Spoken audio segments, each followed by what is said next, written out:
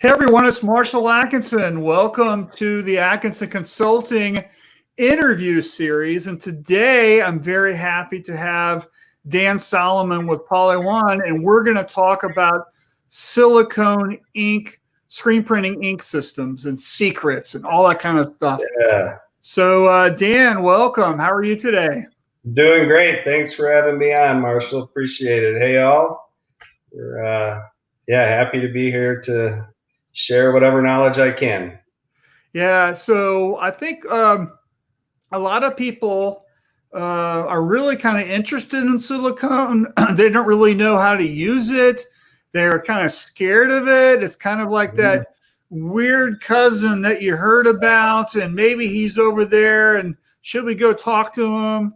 You know, it's kind of this weird thing. And so I'm very interested in kind of unpacking all of that today. So you ready to get going? Yeah, let's do it. All right. So first off, my first question here is, why do you think so many screen printing shops are really kind of afraid of silicone ink? What's up with that?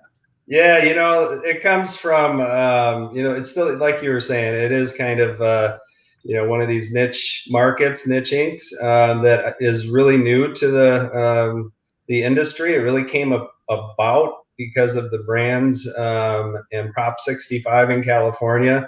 So the brands wanting a compliant, eco-compliant, and restricted substanceless compliant ink. When it first came to the States, they had been printing it in Asia for probably 3 years or so, but it was all on manual flat tables with tons of labor around, and they could mix up, just a small cup of ink and print, flash, print, as many times as I wanted. So the initial introduction into the States and into the automatic market, especially, kind of stumbled over that because they didn't have something that fit into the automatic application and techniques.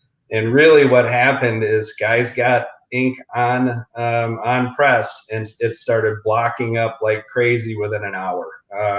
They were mixing up, a quart or 2 quarts at a time because they knew they had, a couple hundred pieces to print, throwing it all on the screen like you would a plastisol. Part of that lays at fault with some of the companies that first brought it on board. They didn't really recognize and know the market well enough, and so they thought, well, we'll just market this as a replacement for plastisol. And people got really excited with some of the samples that they saw and some of the attributes that they had, and then it just flopped in their shop. So probably 10 years ago, a little more than that, I got involved in my previous job with silicone manufacturer in the textiles business, and really just started going to shops. And this is where you figure out the real voice of the customer, what really has to happen. And then let me take that back to the lab and figure out, how I can formulate inks to those specifications. So really about 10 years ago, we started to see a shift of better products coming on board. But there were a few boards out there that people were talking on, and man, who's going to pay a premium price for something that, Joe and Jim and Rick are not having any success with? So I think that was really the big stumbling point. Now it's a totally different system. It's never going to replace plastisol. It is going to be a niche market. It's an expensive ink, but man, for the right opportunities and applications, it's a really great product that can really help you boost some sales and add some value into your shops. So if you're a screen printer and all you've heard is negative comments for years and years and years, you should just chuck that, plug your ears. You should absolutely. Yep. Get in touch with me. Try some stuff out, right? Get in touch with me and I'll walk you through it. It's really, when I first started talking to printers, I come from a chemistry background, and And I'm an educator. I really love to have people, to give people another tool in their kit. And so I started out trying to teach chemistry in an ink bucket. And what I found over about 3 years of that is that's not the way to approach this market. I really didn't, I was chemistry minded, but nobody really wants to go back into high school chemistry and talk about that over again, especially in this market. So I started changing that and teaching it as ink in a bucket. And then there's a couple of things that I'm going to teach you about chemistry, so you know how to better utilize this ink. And part of that is that, one of the most important things about silicone ink is to understand that it's a catalyzed system. So I most easily talk about it like I would a discharge. Unless you put that ZFS in your discharge, you're not going to be able to discharge a discharge ink. So with all silicones, we add a catalyst to it before we print. If we don't, it is never going to dry out. It will stay in an oil phase for forever. And then once it does catalyze, you have basically it's a silicone rubber is what it is, in a thin coat, which then gives it a lot of the properties that we can talk through. Yeah. So before we get into actually how to use it, let's talk about the best uses. Yeah. Right. So if I'm a shop, I'm in wherever I am in the United States or wherever, whoever you are watching, right, wherever you live, what are the best uses for this? Why would I even want to try it? Yeah, so I'll talk about general applications, and then what I'm trying to do is push it out of that and start using it in more specific applications as well. But just as an example, a general application, this is a Sport Tech really bad bleeder, and it's really just migrates a lot. So if I want to print on athletic apparel, dye sublimated apparel, polyesters, nylons, jerseys, all of the team sports, travel sports that we have through high schools. We've worked with some big suppliers of the garments themselves that are dye sublimated, and some of these guys have moved from ink brand to ink brand to ink brand and technology back and forth until they found silicone, and they haven't changed since. And I've converted some folks from 10 years ago, and they have not changed from silicone since because of the low cure temperature of silicone and the dye migration blocking. So on this shirt specifically, we printed these and flashed them at 260 and then ran them down a dryer at 250. And it just has a really nice bright white color on them. And that's a flash print. What is that? Yeah, so we did this two ways actually. We did this with a barrier black or a migration stop, and then I did it without the migration stop. And interestingly enough, this one has the migration stop on it. And so we would do a print, flash, print, and then we came across it with a second white screen just for a really high mesh finish. So it's really nice and smooth. So and three screens. Are these all identical screens, or are you choking it down a little bit? Yeah, these were identical. These were not choked, so we just had to keep our registration tight. And I think we did a 110 migration stop, a 110, I think we did 125 just to break up any more that would happen on the first white, and a 160 on the second white. This white's really nice. It'll go through a 200, 260, 255 with very little pressure. And that's part of, when you get the right ink system. So this is PolyOne's Zodiac Libra ink, really creamy, flows really nice, goes through high mesh really well. What I'm doing with these is very little pressure. You can't see any of the ink come through this thin polyester shirt. I'm putting that first barrier black down, or if I were going to just do the white, with 30 pounds of pressure. So just really soft, kissing it and keeping the ink on top. And then that allows me to block that color a lot better than if I've got to force something heavier and thicker through it.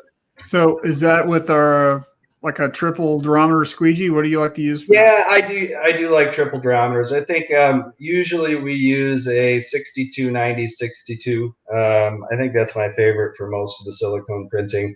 I'll go higher for a high density print, keep it nice and stiff and make sure my screens are really tight. But this, I don't know if you'll really be able to see the, yeah, you can see that.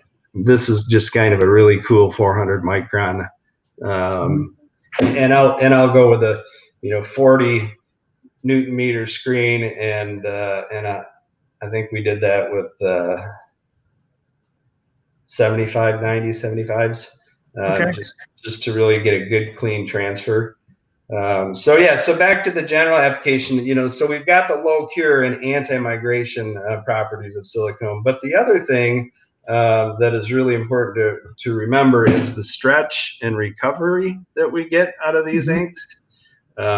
If you build up 2 layers of ink, you can stretch and recover this with no cracking forever.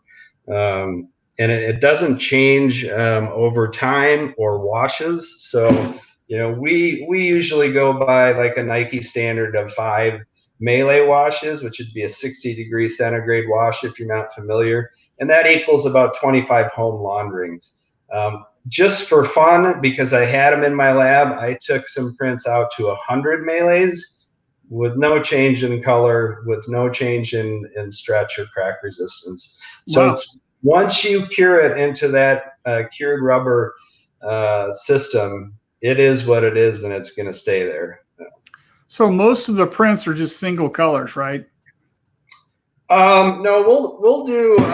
Actually, I've got one here that we did. I did this with Michelle Moxley, just doing some fun printing where we blended. We actually did this wet on wet. We don't usually say print silicone wet on wet, but this was I think 6 screens. And then we put, you can see it as I move that, we put a gel coat on it to kind of simulate the water effect. So that was a really neat one. And the gel's just on the fish, right? Yeah, just on some of the water droplets on top there. Okay. Yeah. So that was a really cool one. That was from a local artist here in Michigan, Derek DeYoung. He was nice enough to give us some art to work with. But when we talk about that stretch, we see so much yoga pants out there, leggings and stuff, and everything. You'll see logos after a few washes cracking and peeling off. So for like any of that stuff and compression wear, silicone is perfect for that. It's got great adhesion to polyester and nylon and blends. And I guess to dive into that adhesion a little bit differently, one of the reasons I don't have to push a lot of pressure with silicone inks is because there's an actual chemical adhesion going on. I'm not looking for mechanical bonding. It's built into the Libra inks that we can adhere to polyesters and synthetics very well. And so being able to print lightly over the top, build up just enough thickness to give me that stretch, but not affect the drapability. This is a really soft, supple, almost buttery ink when it's cured. And that's what we want. We really want to show that on some of these real high performance fabrics for your local yoga shops or large brands that are dealing with a lot of elastic content. Right. So let's talk about the top tips, right? So for actually using the ink. So walk us through, let's say we got a design and it's a CrossFit gym logo. And we're going to put it on a bunch of stretchy workout shirts, right? How do we get it? Do we have to prep the art any differently? How do we think about the ink? How do we schedule? Just walk us through each step along the way. So somebody who hasn't had any experience using this can compare to how they might normally do a job with, let's just say, plastisol? Yeah, so I teach silicone somewhere between plastisol and high solids water base. Most everything pre-press, art driven. We're just gonna pretend it's plastisol. You know, I don't change it. I can drop into almost every vector or spot color, simulated process design that a plastisol would be working on. We don't do process with silicone yet, but we're going to be working on that. So what you're going to do with this, you're going to get your inks. Let's say we're going to do a white and a red. We get a mixing base, an opaque mixing base, and we have a PC pigment concentrate mixing system that is on the PolyOne IMS 3.0 software, so we can match any PMS colors. We also have 25 to 50, 25 advertised and a bunch of others of what we call specialty toners. And these would be for your general use athletic colors. If somebody doesn't want to buy, they're not going to use a lot of silicone, but they know they're going to be printing for some sports teams, they buy these colors, these toner kits, and they would mix either the pigment concentrate or the toner into the opaque mixing base at a 80 to 20% ratio. And then they're going to add 3% catalyst. There's a few tricks with catalyst if we really get into some adhesion problems, but we're not going to discuss that too much here. Excuse me. Once we add that catalyst, I want to start thinking about it more like high solids water based, because it's got a time ticking. Much like discharge, once we add ZFS, we've got about 6 to 8 hours to use it. You know, we've designed this system to really make it through an 8-hour working shift window on press. But we do that a little more like high solids than we would with plastisols. We're not going to load up half a gallon of ink onto the screen and just run all day from there. We're going to load it like we would high solids acrylic. We're going to load enough to cover, and we're going to keep adding as we need more to make sure we're getting a full print stroke. What that does is it keeps adding the retarder that's built into the base onto the screen and keeps that screen fresh. In really hot climates like you're at and dry, if your shop's getting up above 100 degrees, you know, we have retarders, we have some different additives, and there's some different techniques for, you know, for processing it. But, you know, you'll start seeing gels along the side where the ink isn't moving. You know, if they get near the image area, we'll just push that to the back of the screen, and that'll be waste at the end of the day. Now, if I wanted to mix that color and I knew I had another job in a week, I would mix up a gallon of it, and I would only catalyze what I need for today's print job. And that's going to keep your waste down. It's really important. You know, this is not a cheap ink technology. And so my job when I go into a shop is to make sure that we can give them the best bang for the buck and value for the buck. So we do that by making sure we only mix up enough for what we need, and then let's keep on screen only what we need for the print job, and then we'll keep the catalyzed ink in a covered top, a covered container with a top on it, and try to keep it in a cool position. I don't like to put it on the dryer or the flash units. Everybody likes to use those as a stand, but keep it on the floor under the screens or under the press. And what that does is it just allows that to not evaporate any of that retarder that's in there. For the Libra system, and this is a big solid for this mixing system, we'll get 72 hours of life of that catalyzed ink if we keep it covered and in a cool location. And that's a really big plus for this system. Like, let's say you're going to do it overnight or something. Can you throw it in a refrigerator like you might do with? Yeah, so that's a great secret that I don't try to keep secrets. I try to tell them. what we started doing with shops that were going to start using silicone on a you know, a regular basis is asking them to buy just a little, you know, you can, if you don't have big volumes, buy a little college room cooler and just keep it stored in there. Keep it covered, but if you store it in a refrigerator, you'll get weeks worth of working life with it. Mm-hmm. And so as long as it has not cured over, it's printable. But when you start seeing gels in there, then you'll start seeing blockage on your screen, and it's time to drop it. So the pigments for your mixing pigments, are those the same pigments that you're using for plastisol, or is this a different set? Yeah, no. So this is where we got to bring chemistry into it.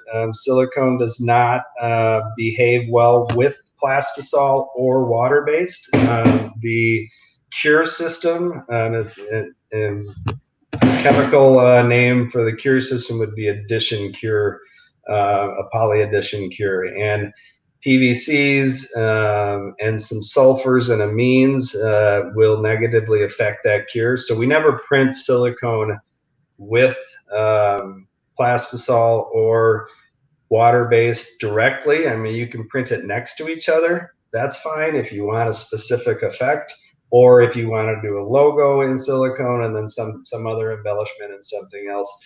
But the silicone pigments and toners are a silicone oil-based product. Right. So if you're using the IMS 3.0 system, that's just the mixing brain of what to use for the formula. It has nothing to do with the consumables that you're using to build the ink. That's correct. Yep. So you'll go into the system and you'll see, and actually Tom Garvey with PolyOne just did a great presentation on the PolyOne Specialty Inks page on the IMS 3.0 system.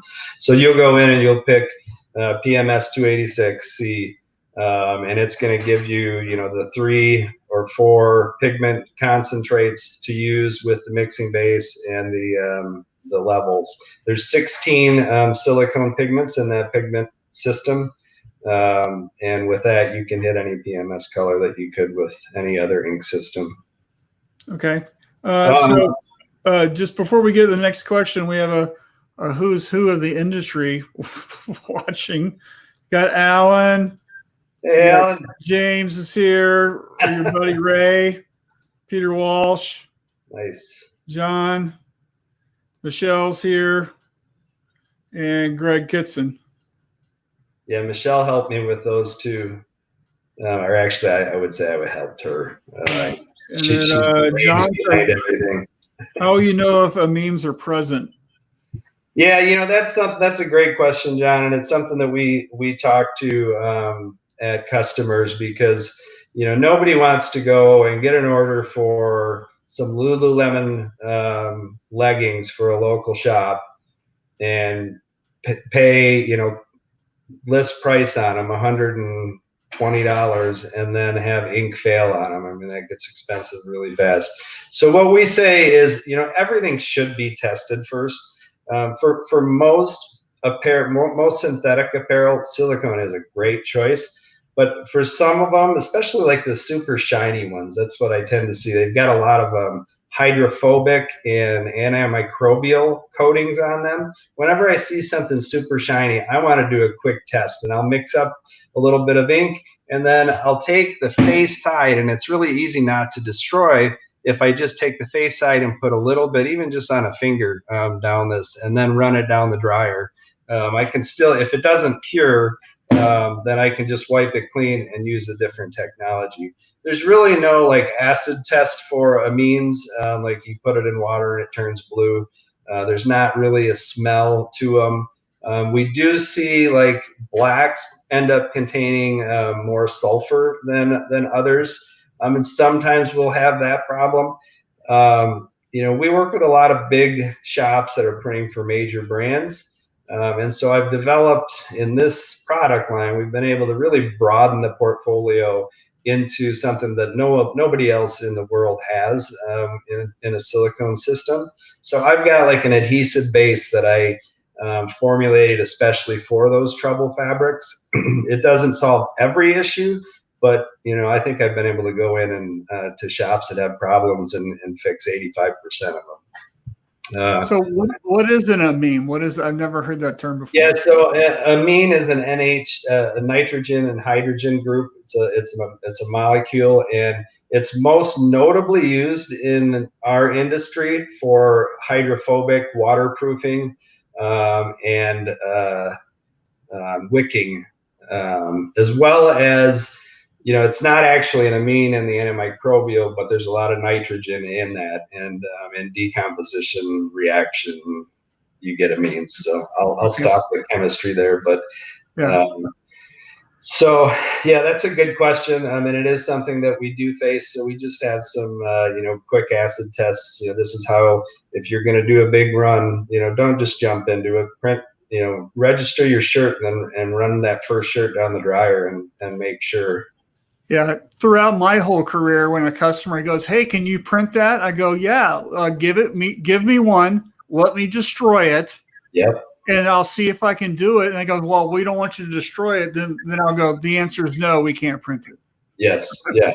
If I can't ruin one, then to figure it out, then it's not worth our time or trouble or exposure. So yeah, and like everything else, we were saying that this, I teach it like a cross between plastisol and high solids. We want to pay particular attention to our screen mesh tension and our thickness of our emulsion.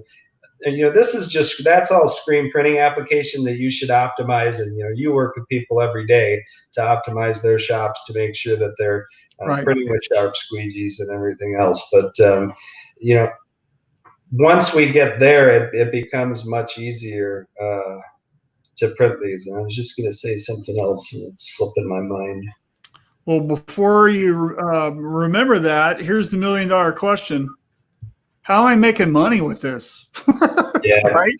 Yeah. So it's like if I'm a typical shop, and I've heard all about silicone, and Dan, you've convinced them to do it. How do they make money? How do they sell it? Like, what's the upcharge? I mean, how do they really do this stuff? Yeah, so if you look at a gallon of silicone ink to a gallon of your, just standard cotton plastisol, I mean, you're looking at a doubler to buy a gallon of ink. And it's not because, we want to make a bunch of money. If you think about where silicone goes, it's in airbags for your cars. It's in medical grade electronics. It's not an easy, it's not very, it doesn't come out of oil-based chemistry like is coming out of your Exxons of the world.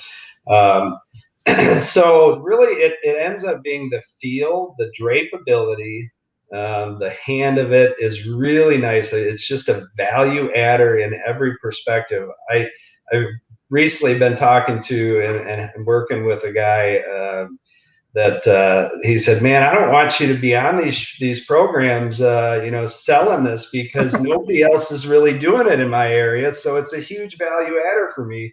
And he's actually not printing any more plastisol. He doesn't give his customers a choice. It's either silicone or water-based, just because it's a premium, and his whole branding is about selling premium.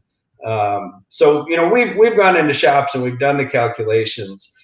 You think about a $200 or $175 gallon of ink, and you go, whoa. If you're going to run 500 to 700 pieces, you're adding 7 cents to your print. So if you go to your customer and say, "Hey, you can have this with really heavy bulletproof plastisol, or you can have this," and they feel it, and so this becomes the issue. We don't always get to talk to our customers. It's not like with the brands we're sending up samples for approval. They want a shirt. We don't always have a lot of face time with them. But once somebody feels that, then it's perfect. The other piece of this is, if we're going to talk about athletics and yoga wear, things like that, keeping something in the same condition as it was the first day they bought it for the life of the garment is really that premium. And really being able to talk to that is critical in upselling this ink system. So cost per print is not really as much of an issue as you see when you go to buy a bucket of ink. But yeah, I mean, I think that really encompasses that value adder. These are premium. When you're talking to your customer, these are premium inks, and you get a premium finish, and you extend the life of your garments out of them. The other thing that I would say to the printers, not the customers, is when you start printing on some of this dye sublimated stuff. You know, one of the big companies that we work with, they've come back from having 35+% rejects on dye migration when printing in plastisol to less than 5 when printing in silicone. So your Digicamo or those you know, those fishing shirts with the you know, the water texture, yes, you know, all that stuff, that, or the crazy shirts that were made in Vietnam where the boxes were always crushed. They never, like every shirt's bagged. You know what I'm talking about. They always dye migrate. They're horrible. Yeah, they are perfect for that. And so as a shop owner, we know, you know, it's not just me having to reprint that shirt. I got to buy that shirt. I got to redo screens. I got to put more time in it. I got to buy the ink again.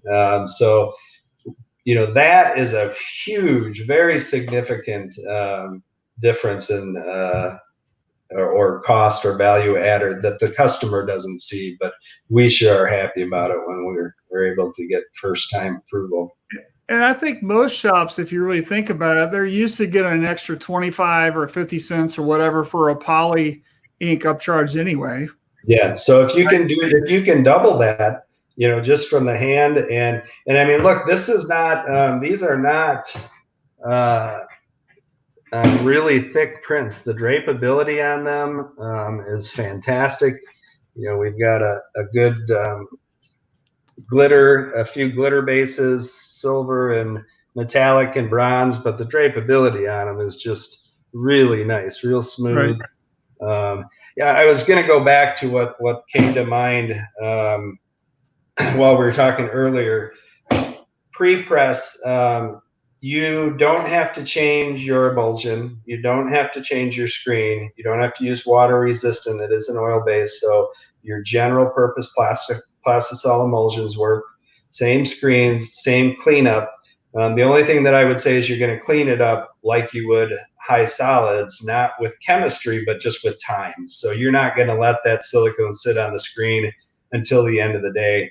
You're going to wash it out and bring it back to the screen room. You don't need to blow out the screens right away, but you do need to clean up the emulsion from the open image area. Right. So that would be one.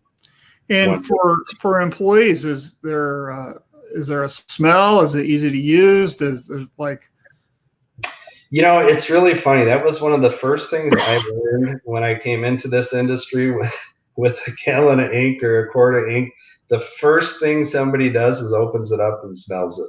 And then they stick a spatula in it.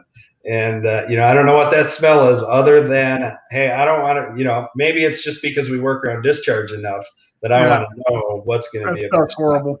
Yeah. So silicones are 100% solventless, eco-compliant, you know, meet all of the restricted substance lists that are out there. There isn't an odor. There isn't, as you're coming through a flash, you don't blow off a bunch of water. It's a cross-linking system once you get that catalyst in there. And I teach it, here's my chemistry for the day. It's a lot like cooking spaghetti. If it's a thermosetting system. So basically we've got a bunch of noodles or polymers. If you take some spaghetti and you boil it in some water and you take it off, shake it off, and you put it onto a plate and stick a fork in it right away and turn it around, all of those noodles move around independently. If you give that 5 minutes and you try to do that again, the whole plate moves, because everywhere those polymers have touched, there's a starch bond, or those noodles have touched, there's a starch bond.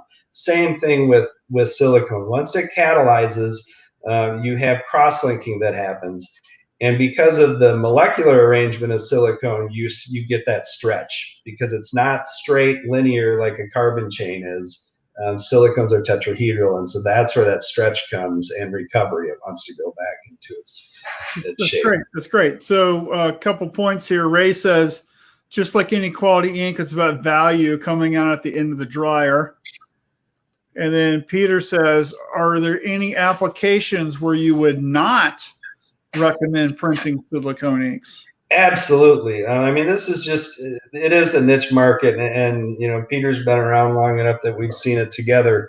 You know, there are some things that it just does not work with. DWR, durable water repellents, they're actually full of, the whole coating on that is mostly silicone, but it's an amino-based silicone. And like we were talking about before, aminos don't work with this cure chemistry. In silicone chemistry, there's like 16 different types of chemistries that cure. This is just one of them. And so I would not print it on tents or umbrellas or rain jackets unless I've really tried it, or I've talked to me and said, you know, here's this adhesive base that we're going to give you. You know, PolyOne does a great job of testing for folks. We've got 2 labs that are just set up to do exactly that. And so, you know, if somebody wants to print some rain shells and we think silicone's an option, or they haven't had anything else and they don't want to use a solvent base, you know, send me a piece of fabric and I'll print it. We'll see what happens.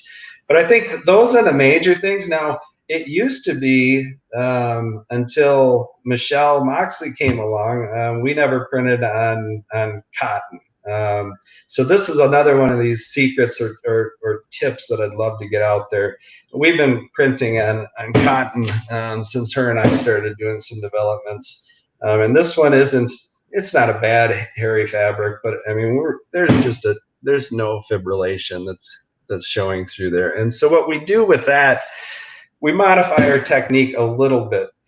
In the South, they call it a plancha screen or an ironing screen. What we'll do is we'll lay down a thin coat of underbase, so maybe 160 mesh, double stroke. We always double stroke silicones. And then we'll go to, I usually like to put a cooling station in there just so I can touch it and see where we're at, depending on the temperature of the pellets, and then go into a flash. But we're not going to flash it all the way. We're going to do, if we're flashing for 4 seconds when everything's heated up, I'll flash for 2.5 seconds. I want to get that cross-linking started but not finished. And then I go into, like M&R has that great hot head or hot roller. I'll do one of those, and I don't have to do it hard. You know, I'll start with 30 pounds of pressure on the first screen. I'll do my half flash, and then I'll go into the hot head and just seal it. Just kiss it enough that it finishes the cure. And once it cures the fibers in a down position, it's going to be flat for everything else. Okay. And manual printers can actually do that with an iron, with, you know, just your standard iron and a piece of Teflon. Mm-hmm. Okay. All right. So just to finish up here, are there any downsides that people need to like remember? Like, you know, here's how you avoid disaster, right? Yeah. Yeah. So, I mean, I think it's just like high solids. You want to watch your ink. You want to feed ink and make sure you're continuing to refresh. I don't take any ink off the screen and add it back to the catalyzed ink and try to use it tomorrow. Everything on the screen at the end of the day is thrown in the trash. Some people will do that. I don't recommend it. It's just going to reduce the life of your ink that you're trying to save that's catalyzed. Make sure you clean out your image areas. You know, I think, you know, there is going to be that built-in waste. You know, I would say it's probably 20%, 25% of your ink that you catalyze, you're going to throw out at the end of the day. So you kind of build that into your pricing as well. Mm-hmm. Outside of that, you know, we've been able to develop not only a really robust product, but a very broad product here. When I first started, you know, the silicone manufacturer I was working for only wanted to sell a couple of products. coming into PolyOne, especially inks, I've been able to really customize this product line, and we've got matte clear for overprints.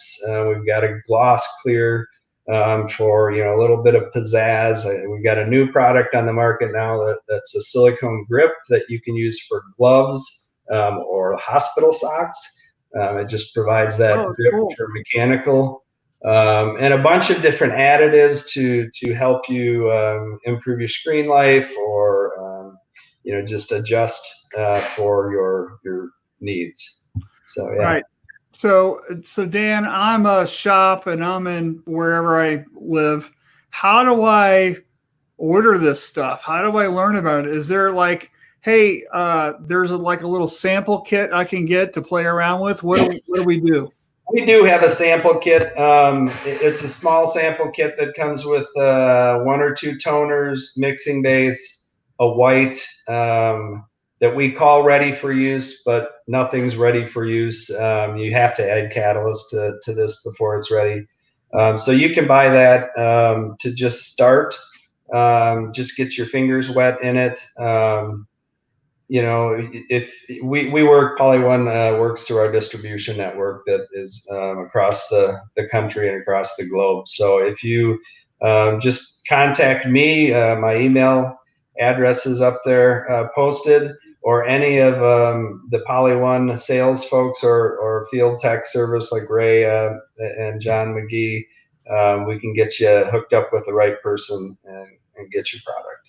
So if you can order PolyOne from your distributor, then you can order this sample kit, and it's Libra is what we're looking for, right? Yeah. So if you can order Zodiac, Zodiac Aquarius, then you get Zodiac Libra. There's a few distributors that don't have the opportunity to purchase the Zodiac line for whatever different reasons.